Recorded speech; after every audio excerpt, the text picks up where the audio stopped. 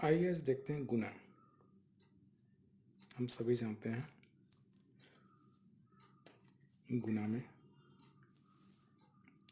अगर किसी संख्या को किसी संख्या से गुना करते हैं, जैसे 2 को 1 से गुना करने पर 2 आएगा।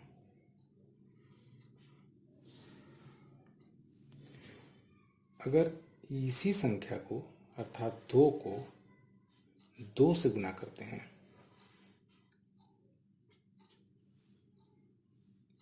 तो कितना आएगा? ठीक, 4। गुना को योग का यानी जोड़ का एक सतत प्रक्रिया भी कहते हैं। जैसे 2 को 2 बार जोड़ेंगे तब भी 4 आएगा। 2 और दूसरा में 2। लेकिन अगर इसी संख्या 2 को 0 से गुना करेंगे तो क्या होगा? 2 गुना 0, ये कितना आएगा? क्या 2 आएगा या 0 आएगा?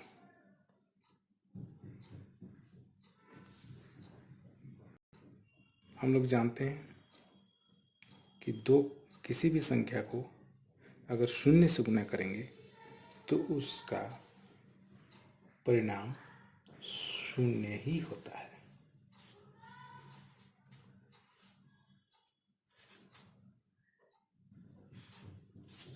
परंतु क्यों? आइए इसे एक प्रयोग के द्वारा समझते हैं।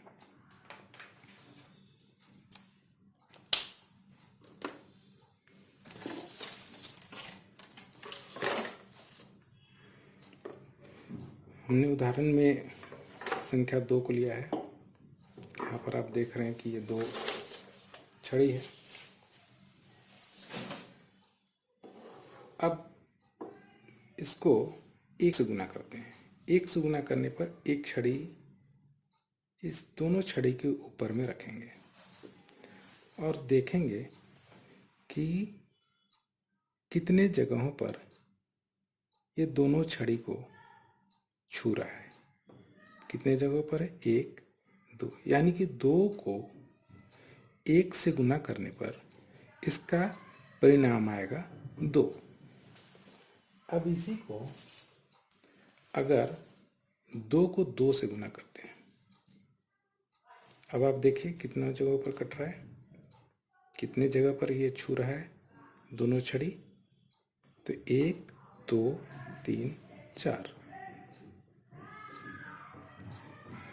अब आते हैं 0 पर।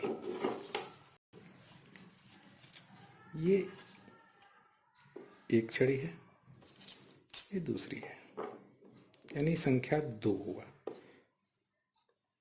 अब 2 को 1 से गुना करते हैं तो कितना आया?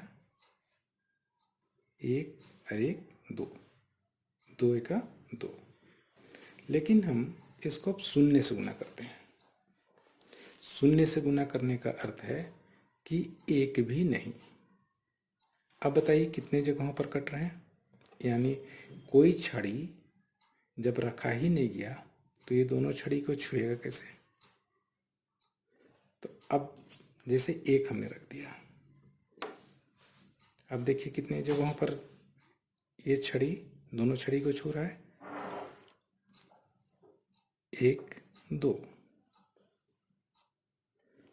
और अभी बताइए, 1 भी नहीं, अर्थात 0। यानी कि 2 को या फिर 3 को या फिर 4 को या फिर 5 को किसी से भी गुना नहीं करेंगे तो उसका परिणाम 0 ही होगा। लेकिन 1, 2, 3, 4, 5, अगर 5 को हम 1 से गुना करते हैं, यानी एक छड़ी रख दिए। अब देखिए 1 2 3 4 5, 5 का 5। अगर 5 को 2 से गुना करते हैं, अब देखिए कितनी जगहों पर कट रहा है। तो 1 2 3 4 5 6 7 8 9 10, यानी 5 दूनी 10। तो अब हम समझ गए हैं कि क्यों किसी संख्या को शून्य से गुना करने पर शून्य होता है।